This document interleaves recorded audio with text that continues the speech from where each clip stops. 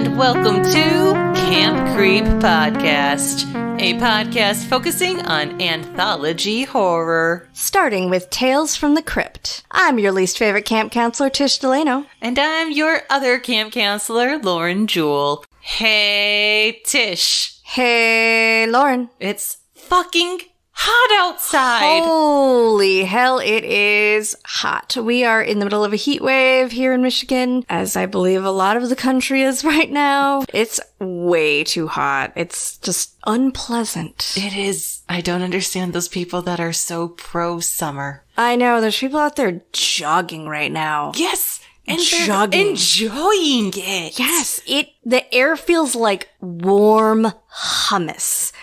What makes gross. you think, like, I should run and try to inhale that warm, hummusy air into my lungs? Oh. Masochists, I tell you. Straight up masochists. I agree.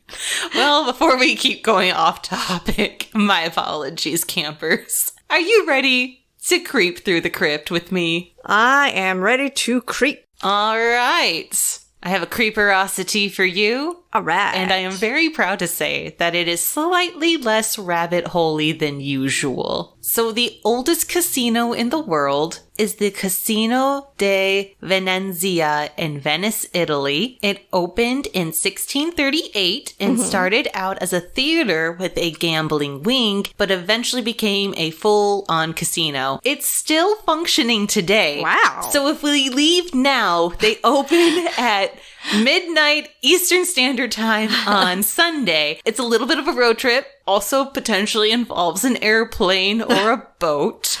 Uh-huh. Also, I don't have a passport? Yeah, I don't have a passport. Yeah, so we're going to have to be really sneaky about this. Yeah. And according to a recent Google reviewer, the staff is super friendly and they'll even teach you how to play if it's your first time. Aww. Right? That's precious. I mean, I realize they're probably doing it because they want your money, but they want to at least win it fair and square, which I think is just delightful. Have you ever been to the casino?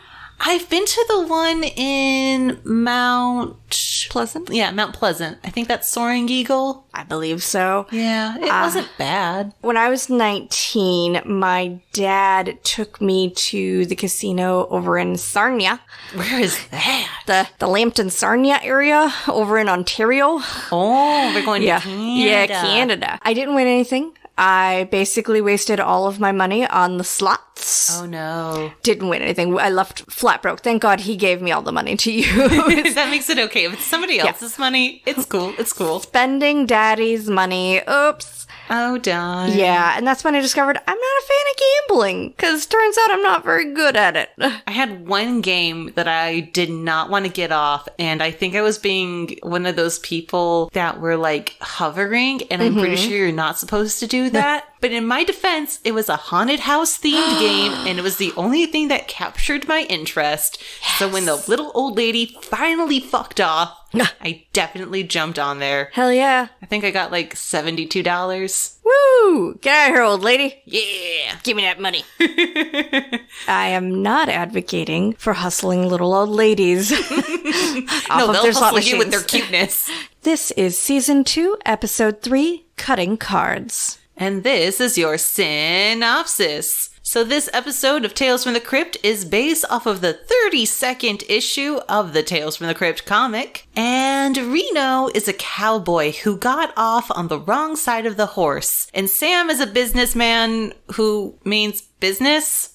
Sounds right. Yeah. What do they have in common? Well, they're two professional gamblers and they're giving each other the finger. Hey. Shenanigans ensue, and everybody gets what they deserve. All right, so this episode opens up on the Crypt Keeper once again playing dress up. Today, he's dressed up like a gambling man, like a poker dealer. He's got his little vintage green visor on, looking precious as ever. He is a precious little bean. He is. Fun fact, do you know why poker dealers used to wear visors? Is it something to do with the reflection? Yeah, so it's to lessen eye strain from harsh overhead lighting, particularly in the olden days from candlelight or the original electric lights. The constant glare from the bright lights illuminating the table can be harsh on the eyes at times. And being a poker dealer requires intensive concentration and attention to detail. So thank you to PokerFortress.com. That is the one and only time I will visit a poker website. Yeah, I was trying to look up some other stuff about poker earlier, and my phone kept trying to get me to go to, like, online gambling things, and I was like, no, we're not doing this. I'm trying to do research. Have you ever played poker? No, because I can't. I don't have a fucking poker face. Are you kidding me? I can't lie to people. I don't have a poker face. I've only played poker once. I was terrible at it. I don't understand card games outside of like Go Fish. I can play Uno. If you want to play Uno one day, I got you, girl. Yeah, I can play Uno. But I will say it was strip poker. Oh, and tell me more. The gentleman I was playing with definitely was excited about the fact that I had no idea how to play poker and did not seem to understand the rules. Oh. And that's where that story ends. So we cut to a beautifully lit wet street. Did you notice, like, how just lovely the street looked? I want to go there. I know. It was so beautifully, like, it was like blue and purple. I'm sure it's from all the pollution. And neon lights, but it looked very pretty. And we see what looks to be a cowboy in a convertible pull off of a busy street. I can't. There's something about the cowboy look I cannot take seriously. Oh, I know. Yeah, I've had a very hard time taking this man seriously. Mm-hmm. So when he's getting out, what I really liked about this episode is that it's not quite Vegas. It's not big enough. It's not busy enough, but it's definitely a Vegas-like area. So I'm curious how many different locations they were kind of basing it off of. I mean, it could be Reno, Nevada. I know there's a lot of, gambling joints there, and they reference Vegas a lot. Mm-hmm. Being the big city. Mm-hmm. I have never been to Vegas, nor have I ever been to Nevada, so I just know that basically in Nevada there's like slot machines everywhere. So I have been to Vegas. I went to the Burlesque Hall of Fame Weekender a couple of years ago. It's very bright. It is very busy in some areas, and I hated it.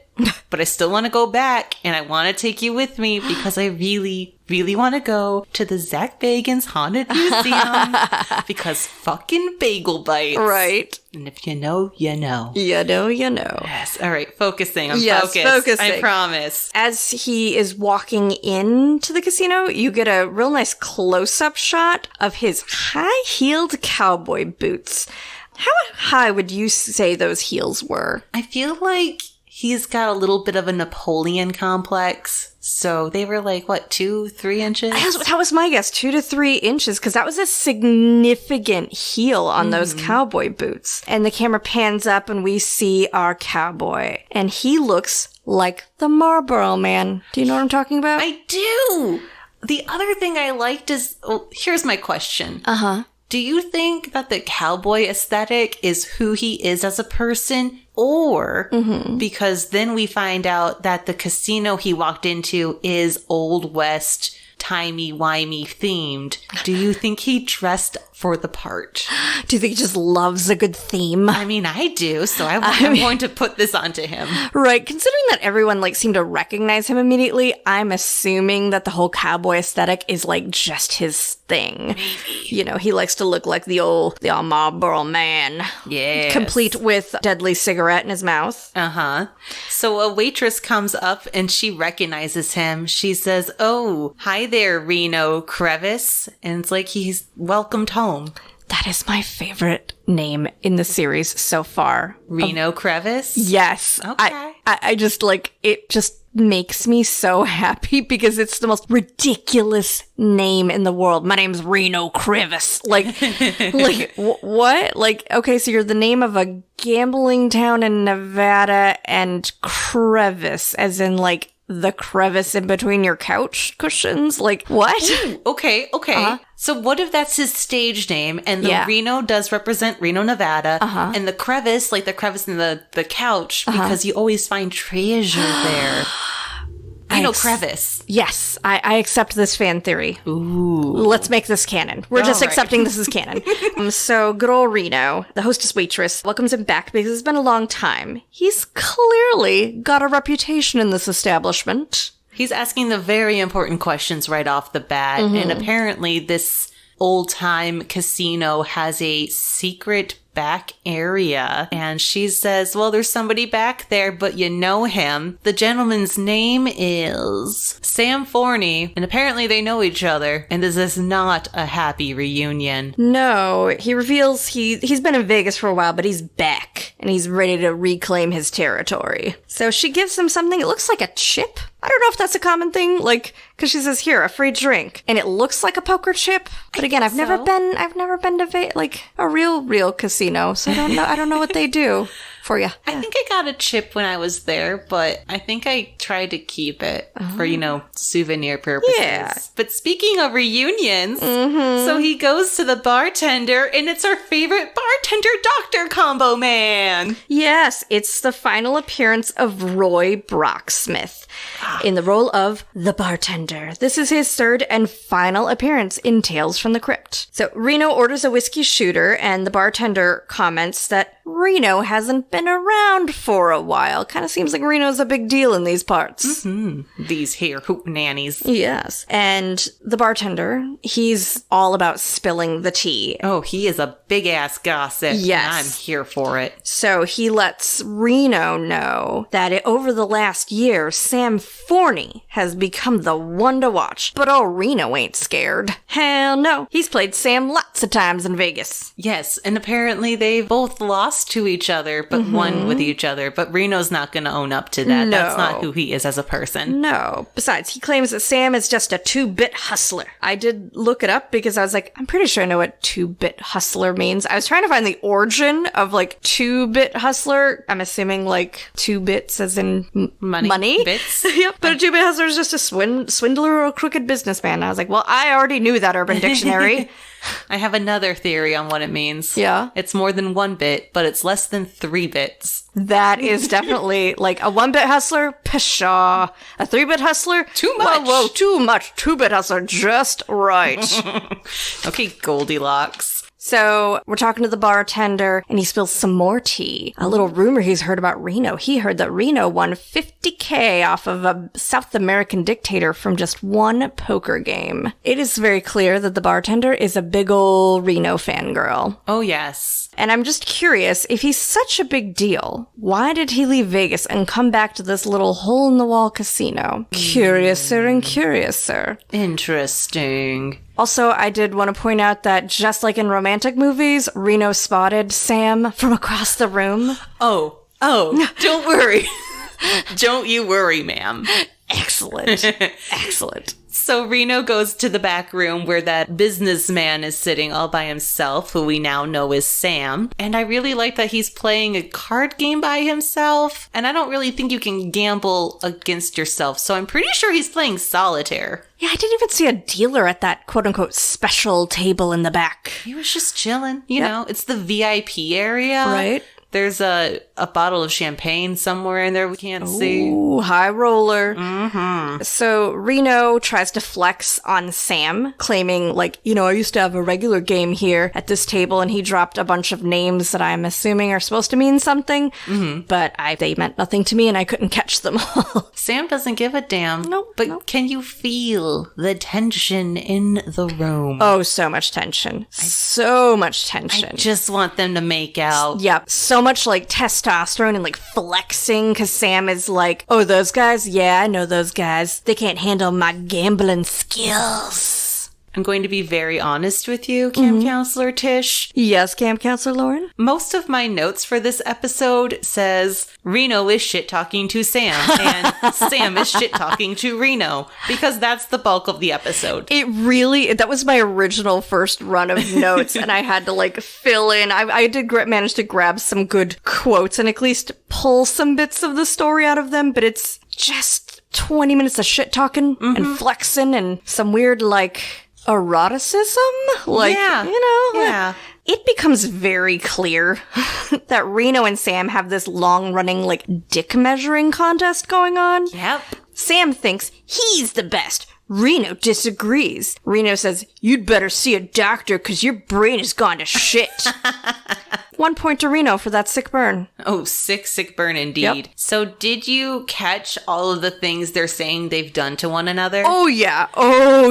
Yeah. So there's like $10,000 missing between the two of them, some fancy-ass car, the wife ran away with a piano man. Is this a country song? Maybe. Is this a setup for a country song? Yeah. Also point to Sam for the ice cold burn of rubbing it in Reno's face that his wife left him for the piano player. I would also leave him for the piano player because a piano player at least is going to pay a little bit more attention. You know, he's got to sing a song about the piano man. Exactly. And now we got Billy Joel. Maybe she ran away with Billy Joel. Was Reno married to Christy Brinkley? We're going to say he was. It's canon. It's canon. We've decreed it. It's canon. This episode is just going to be straight up canon for us. So I give Sam another point for reading Reno for filth for dressing like a cowboy. I was like, yes, Sam. Yes. So if you're keeping score at home, that's Reno 1 and Sam 2. Damn. Currently, yes. And Sam spills more tea. Reno went bust in Vegas, and that's why he came back. Oh, snap.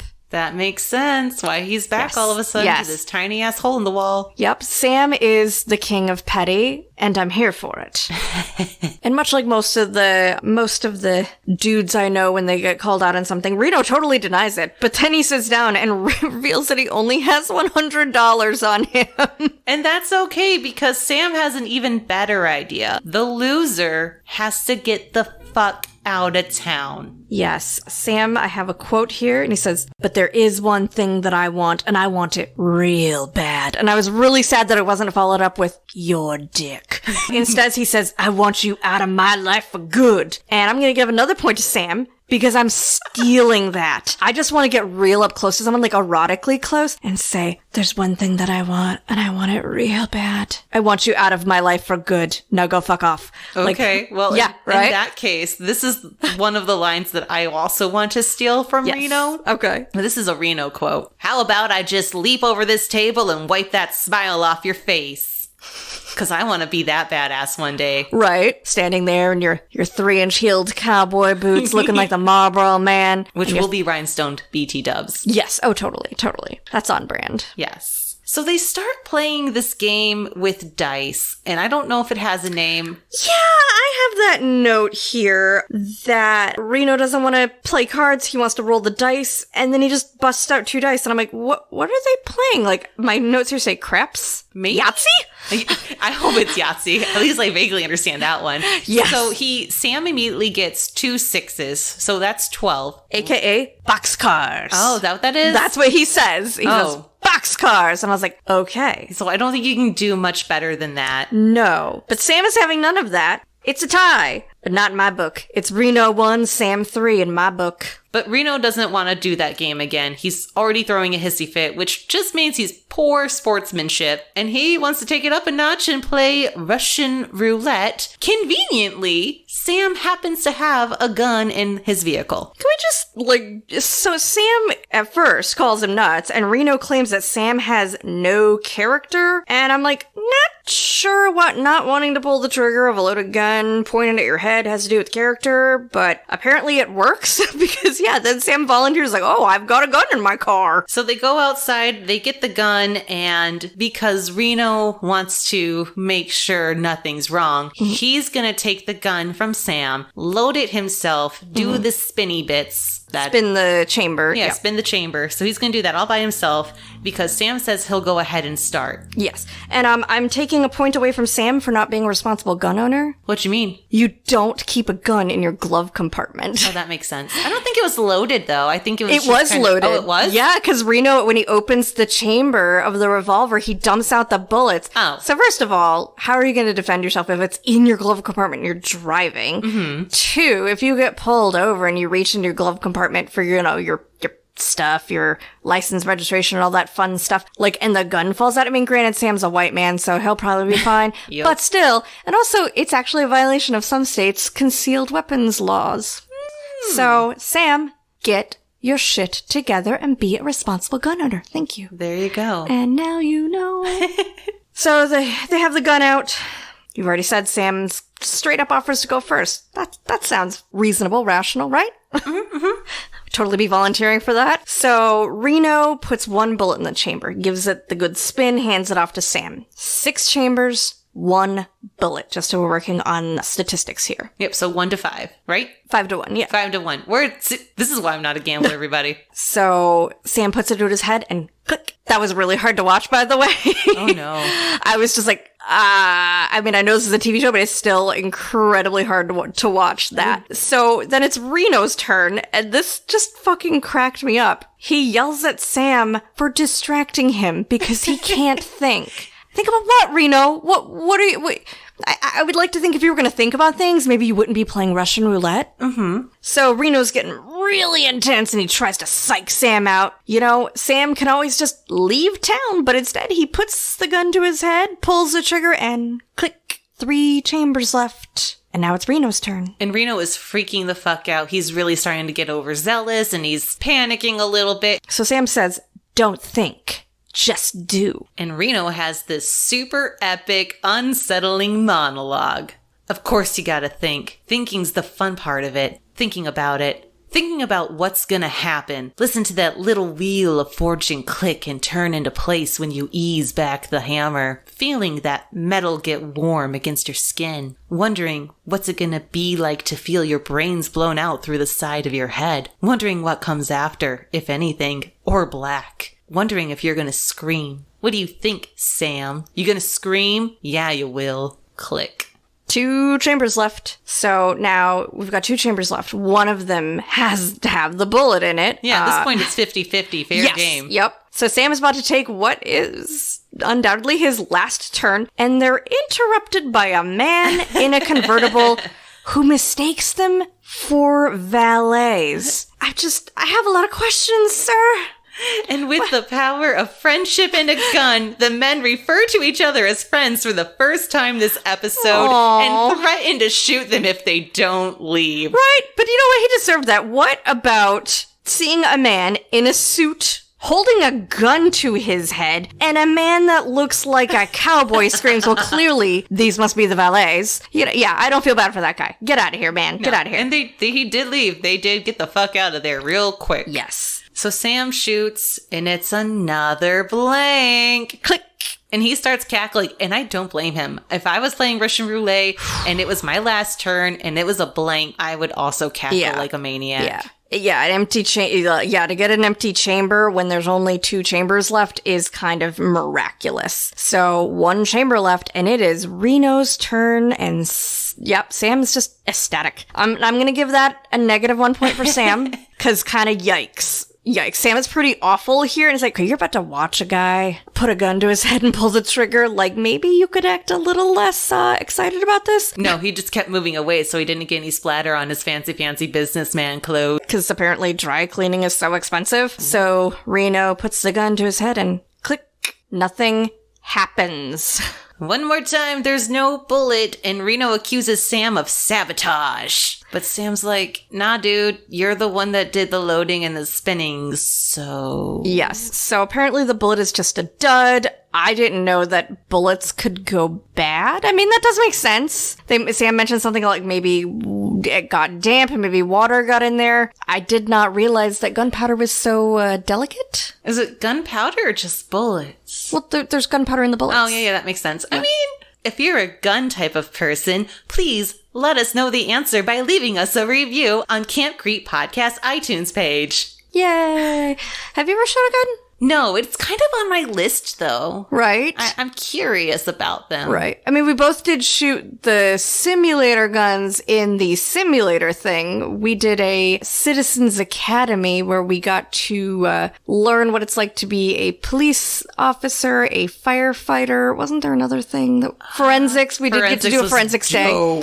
That was mostly why we did it. All we wanted to do was learn how to dust for fingerprints. That was really it. And that's how we met our friend Sierra, who is a forensic photographer. Yes, yes. Super freaking cool. So, you know, Russian roulette was a bust. Dice was a bust. So clearly they're at an impasse, and they must agree to disagree and go their separate ways and end their toxic friendship, frenemyship, right? I mean, that's what has to happen, right? Right? Not in a Tales from the Crypt episode.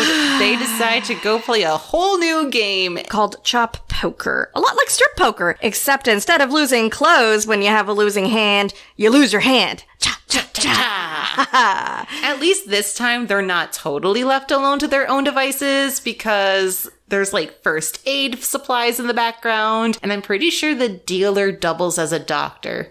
Yeah, I have some concerns. There were some red flags. So Reno wins the first hand of this chop poker. So naturally, he just chops off one of Sam's fingers, as you do.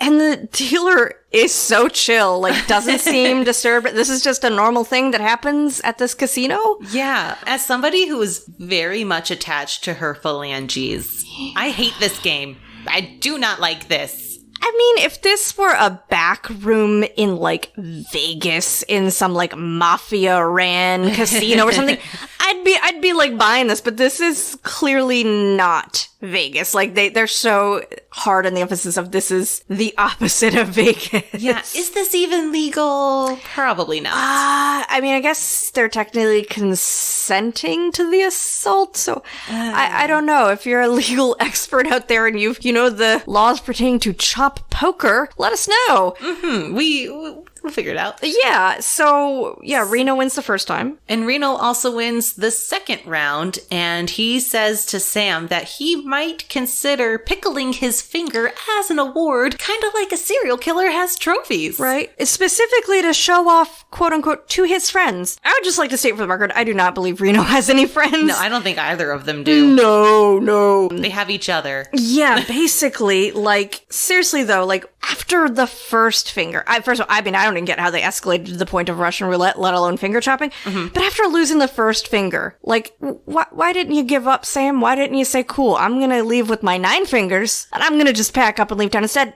Sam goes down to 8. And I'm just like going, is toxic masculinity and fragile male egos, like, really that big of a thing? That strong of a force? 1000%. Oh my god. Also, I noted this is the first time we actually get gore in a Tales from the Crypt episode. Oh, you are in for quite a treat in the later seasons. Yeah. It gets graphic. Oh, yes. I remember. But, the season 1, it was pretty... They didn't have gore. Granted, they had the budget. That's true. There's blood, but we don't really see the aftermath. But this gore is pretty intense because you actually see the chopping off of the finger and you see a hand without a finger twice. Pretty intense. So that I think they're gearing us up for more gore down the road. What a time to be alive. Right. What a good start. So finally, I have a punny joke here. Finally, Reno loses a quote unquote hand. And Sam gets to chop off one of Reno's fingers with great pleasure. And at this point, I'm like, you know what? Negative 1,000,000 points for both men. Yeah, I'm clearing the board. They're both losers. I am done. There are no winners in this game. I do love that Reno tries to make a deal with Sam and even offers giving him one of his fingers back so that the doctor can go ahead and reattach it for him. But no, Sam is a petty bitch. Yep. I mean, I do give him credit. He is just true to himself, and that self is petty as fuck. And an eye for an eye, and a tooth for a tooth, and a finger for a finger, and chop poker. Right. So then we cut to, at first what I was like, where are we in a lab? Because it's this woman in a nurse costume and she looks like she's playing with a chemistry set. Yeah, there was a lot of weird sciencey stuff I have never seen in a hospital before. I've spent plenty of time there. It was very bizarre. And we now see what happened to Reno and Sam. Yes, the two of them are busy playing a very serious game of checkers. However, there's a few things missing here. Like their arms. And their legs. The legs, yep. They're having to play checkers using their faces. Their faces. Do you understand what I'm saying here? They are playing checkers using their faces. I have some complaints. Why the fuck have these two not been separated? Right. Who is allowing them to spend any time together? I know. They clearly are very toxic for each other. They have a very toxic relationship. And I think it would have been best if one of them had just left town. But yep, they're still as competitive as ever, while they play checkers, moving the checkers around with their chins and stuff. And oh my god, I did not catch this the first time. I didn't catch this the second time. It was on the third listening of it that I was like, wait a minute. Is that what they said? Because they get real close, oh, they were so close. Intimate. I was chanting kiss, kiss, kiss, kiss. They look like they're about to make out. And what they say is, pass the gum. What? Pass the gum. Oh. I did not catch that. Oh my god, yes, they did. Gum. They kissed. Yes. So, they're sharing gum at this point. And so clearly, yes, all of this, that leads me to believe. Sorry, yes? I think I need to burst your bubble. Uh-huh. I wonder, since they don't have arms or legs, now they're having bubble blowing competitions. Okay, or hear me out. Okay. All of this, how sometimes men that puff themselves up, are really just, suppressing things, and men that are very homophobic sometimes turn out to be, actually homosexual themselves. Mm-hmm. What if all of that was because, they grew up in conservative towns and maybe really religious, so they could never just be themselves, so then they fell into gambling, and then they met each other and they had such chemistry, but they could never acknowledge their feelings for each other. Wait, no, I'm on a roll here. They could never acknowledge their feelings for each other. So instead of, just openly flirting with each other and maybe expressing that, hey man, I find you attractive. Hey man, I'm really into cowboys. Instead, they developed this rivalry, this very passionate, super testosterone rage-filled rivalry, because it's all just sexual tension underneath it all, which we totally picked up on several times. And rather than face the truth and just come out and be free and be who they are, instead they're so determined to be like, no, I'm straight. No, I'm straighter, that they end up in this horrible rivalry that ends up with them together at this hospital. Maybe that's why they didn't separate them. Maybe they've now learned to take their competitiveness and turn it into foreplay, or that's just how their relationship is. I've seen people in hyper competitive relationships and it's just their dynamic. And now they get to live happily ever after without arms or legs in the hospital for the rest of their life. But they get to do it together. Happy ending. See? Don't suppress things, guys. Don't suppress things, people. Be who you are on the inside. Don't suppress things. It turns people into jerks. See, there's a moral to this story. That was my favorite ramble you've ever done. And do you hear that, fan fiction writers? Tish just gave you a whole ass backstory. I did. You need to bring it together because neither of us have time to actually write it. But if you write it, tag us in it. So exactly. I can read it. Yes. I'm telling you, it all makes sense. I just want to say on air, because I don't think I tell you enough, I love you. Thanks. I love me too. I think I just got ditched. Ow. Love you too, friend. Thanks. Oh, yeah. So back in the crypt, we have this beautiful close-up shot of these tiny fingers, sausages. I think they were actual fingers. It's entirely possible. It's on brand for the Crypt Keeper also, because then I can work in this little pun. I guess you could say he was cooking up some finger food. Hey-yo!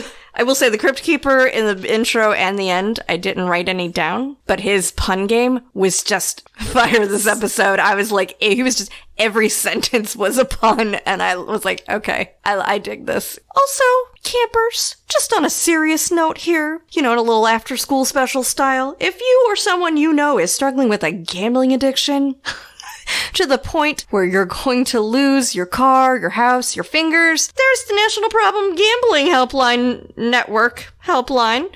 Copied and pasted that funky, but you know what I mean. You can call it at 1-800-522-4700, or visit ncpgambling.org. Help is available 24/7 and 100% confidential. We will be sure to add the links to all of that and the information in the episode description. And now you know, and knowing is half the battle. 25% red lasers and 25% blue. Woo! Hey, Virginia. Hey, Dad. We are here on this episode of Camp Creep, where they talk about horror movies. Do you know horror movies? Of course. Do you know what anthologies are? Huh? All right. Anthologies are, if you're listening to Camp Creep, you know, but it's like stories for different episodes. Like, they're doing Tales from the Crypt, which every half hour is a new episode. And it was on HBO, so back in my day, it was like, ooh, that means swearing and boobs, baby. You're a kid, you don't understand. You can, like, throw a rock and hit porn. What the hell? It's true, but we're not here to talk about that. We'll talk about porn on our off time. Ew. That was gross, considering I'm the dad. I'm the dog. And we're here to talk about... Movies. Yeah, but we talk about movies on our show. TV and a movie. Oh, God, I thought you were going to mess that up. Anyway, here at TV and a Movie, we take turns showing the other a movie they need to have in their lives. What movies have we done so far? The Matrix. Dirty Dancing? Don't Breathe. Yeah, that's right. We did scary movies like Mandy, the scariest movie of them all. Up. Virginia loved it. Shut up. But anyway, we're here to tell you that not only do we analyze a movie in depth, what else do we have? We have lots of segments and jingles. We have fun facts. Ooh, wait, they do fun facts. Well, anyway, we have a jingle, so we win, sorry. We have movie snacks. Yum, yum, yum. Best and worst. Love it, hate it. And final ratings. We rate the movie, and then you'll agree or disagree with us. Please agree with us, though. But you have free will, so you do what you need to do. As far as social media goes, we're at TV and a Movie on Facebook, Instagram, Twitter, and TikTok. You can also find us on Apple Podcasts, Spotify, and Stitcher. all the prime podcast release and distribution software. You cannot go wrong. Well, you could go wrong, but hey, give us a try. Not only do movies, we have mini episodes. We have so much fun loving each other. Uh-huh. Wouldn't you agree? Sure. You should be a little more enthusiastic about it. Sure, Dad. Aw, that's the kind of love you can expect. Ugh. Anyway, check us out, and we hope you tune into TV and a Movie. Boo. Bye.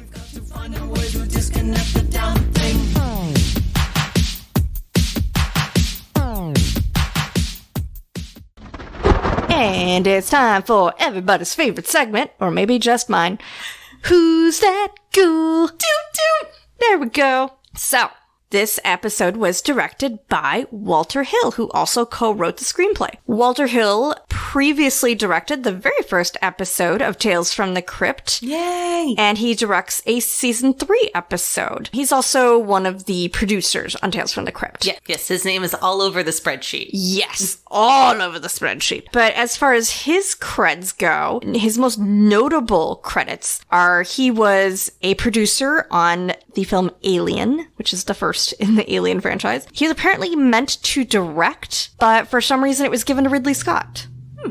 Didn't say why. Not sure what the drama there is. He also executive produced and wrote the story for Aliens, which is the second installment. And he wrote the screenplay and produced Alien 3. And fun fact, he went to Michigan State. I do like that fun fact. I have a fun fact for you. Sure. I still have yet to see any Alien movies. Okay, so when I was 3 or 4, I watched, I believe, the first 2, which traumatized me to the point where, for a long time, I was just terrified of Sigourney Weaver because I just associated her with that, which made watching Ghostbusters, which I loved, really difficult. I was able to power through, but I remember every time Sigourney Weaver would come on screen, I would just get really uncomfortable. So I will be rewatching them as an adult. I think I am now mature enough to handle them. Mm-hmm. Don't let your 3-year-old watch, Alien. Like, I don't know, just doesn't seem like a great idea. And next we have Reno Crevice, who is played by horror icon Lance Henriksen. You may know Lance from such films as Close Encounters of the Third Kind, The Omen 2, Piranha 2, Aliens, Alien 3, Pumpkinhead, Near Dark, Scream 3, and my absolute favorite, he was King Bowser in Super Mario Brothers movie. And if I missed one of Lance's, seriously, I have gone through a lot of IMDb pages to do Who's This Ghoul, and I've commented a lot like, oh wow, this person's like worked a lot. Lance puts all of those people to shame. This man has never stopped working, ever. Like literally, we're talking multiple projects a year. Like I went through and I was like, I just started pulling just whatever I recognized out of there. And I'm sure I missed a lot because you could literally just make a whole podcast about Lance's career. So kudos to him. I hope to have a career that's successful someday. Next, Sam Forney, who's played by Kevin Teig. So Kevin started in TV in the late 60s, transitioned into film in the 80s, and one of his most notable roles that I noticed was he played Anthony Cooper on Lost. And if that seems familiar or a little fuzzy, because let's face it, Lost was a pretty confusing show. There are about 1,000 characters on that show. He was John Locke's dad and nemesis, the one who tricked him into getting a kidney transplant. And I am not saying apologies for spoiler alert, because Lost was a really long time ago. And if you haven't seen it by now, then you're never gonna watch it. It's true. I refuse to watch Lost because I was too lost trying to make sense of it. It is, yeah. And there's a connection to Sawyer. I can't remember. I think he swindled Sawyer's mom or something like that. I don't remember. But anyways, he was on Lost. And he was not on any after-school specials, but I did want to point out he was in a The Wonderful World of Disney special in 2002 called Nancy Drew. He played Coach Jeffries. Oh, I remember watching The Wonderful World of Disney's on Sunday nights. Sunday nights. My favorite memories. Oh, I remember hearing the music and like it was both delightful and always filled me with dread because I knew when I was watching A Wonderful World of Disney special, I always do that. Like, damn it, I gotta go to school tomorrow. Not anymore. We are adults. I am an adult. Mostly.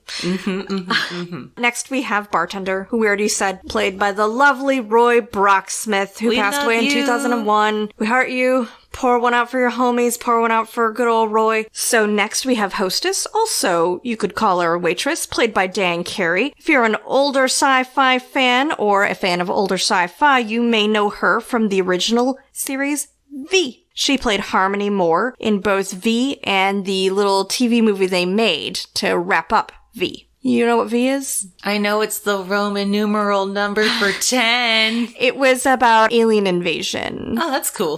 Also, you know how how excited I get about ABC after school specials. She had a role in the ABC after school special, My Dad Lives in a Downtown Hotel. She played the receptionist, and I looked it up, and the only information I could find out about that special is a son is shocked when his parents announce that they have decided to separate. That's it? Yep, that's it. That's all the plot you're getting out of that one. And the spin-off of that show is The Sweet Life of Zack and Cody. Da-da-cha. And final credit goes to Driver, which was the man in the convertible that thought Reno and Sam were valet drivers. I really like that you went down a rabbit hole of the actors because there's technically only like 2 big characters. Yeah, but I always try to look up anybody that has like a photo. I'm like, okay, they may have been a working actor because sometimes you get some nuggets. Yeah. So this guy is actually a pretty famous stuntman. Name is Alan Graff, and I could have gone through all of his credits, but I zeroed in on these 2 particular ones because they made me happy. Don't know what stunts he could have done there, but he was the stunt coordinator on 2011's The Muppets, and the sequel, Muppets Most Wanted. Muppets Most Wanted is the one where Kermit has like the tiny Yes, mustache. there's the evil Kermit, and he breaks out of like a Russian prison. Yes, I did go see that in the theater. Bite me. Fight me over it. I will die on this hill. The Muppets are amazing. I don't care how old I am. The Muppets rule. I will confirm. All right, and that was this week's segment of Who's That Ghoul? Now, the very important question. Camp Counselor Tish. Yes. Did you like this episode? Okay, so first viewing, I was ready to give it like half a severed thumb. I was not into it. And then I was like, okay, well, the end was good. And I was like, maybe 1. After I viewed it a second and a third time, and I started to pick up on some context, I started to like it a lot more. So I'm gonna say 1.5 severed thumbs up. What about you? So a little bit of both. The first time I watched it, I also didn't love it. I was like, oh, it's this episode. I don't think I'm going to have a whole lot of notes. But then I also watched it for a second time and a third time. And I was like, oh, this kind of grew on me. It's pretty funny. But also because I kept imagining all the fan fiction possibilities. I'm just glad we were on the same page of like, no, we just need these two to fuck. Yeah. And all of the problems would have been solved. Oh my god, they would still have their limbs had they just said, hey, I'm having some feelings, some desires for you, whether they be gay, bisexual, pansexual. Gotta love a pan. Right, straight, but with just a same-sex attraction to only each other, whatever it may be. Yeah, I'm really disappointed that they did not explore, dig a little deeper into the, alphabet mafia side of the story. That's why I took away that half a thumb there. I will give it 1 up, 1 down, severed thumb rating. Excellent. And that was this week's episode of Camp Creep Podcast. Come back next week for a whole other episode of Tales from the Crypt, because, guys, we're not going to be done with Season 2 until, like, mid-December. Yes, Season 2 is exceptionally long, which is fine. We definitely have, like, a planned break in there. We may have a surprise somewhere in the middle, something to shake things up a little bit, but you're going to have to stay tuned, campers, for that special camp announcement. Thank you to Steve O'Dockerson for our amazing theme music. And if you want to support the show, if you dig what we do, you can follow us to wherever you listen to your podcast and rate and review us, particularly on iTunes. Please and thank you. I have one more person I also want to shout out. Because this is a podcast, there's no visuals. Josh Justice Photography is fucking badass, and he agreed to do our photos. So if you ever go to our Instagram in particular, you can actually see what your camp counselors look like, because Josh is amazing. He is. He's a very sweet guy and a very talented photographer. And if you want to get in contact with us, you can find us online on Facebook and Instagram and TikTok at Camp Creep Podcast, and on Twitter at Camp Creep Pod. And you can always shoot us an email at campcreeppodcast@gmail.com. And as always, campers, Creep it real.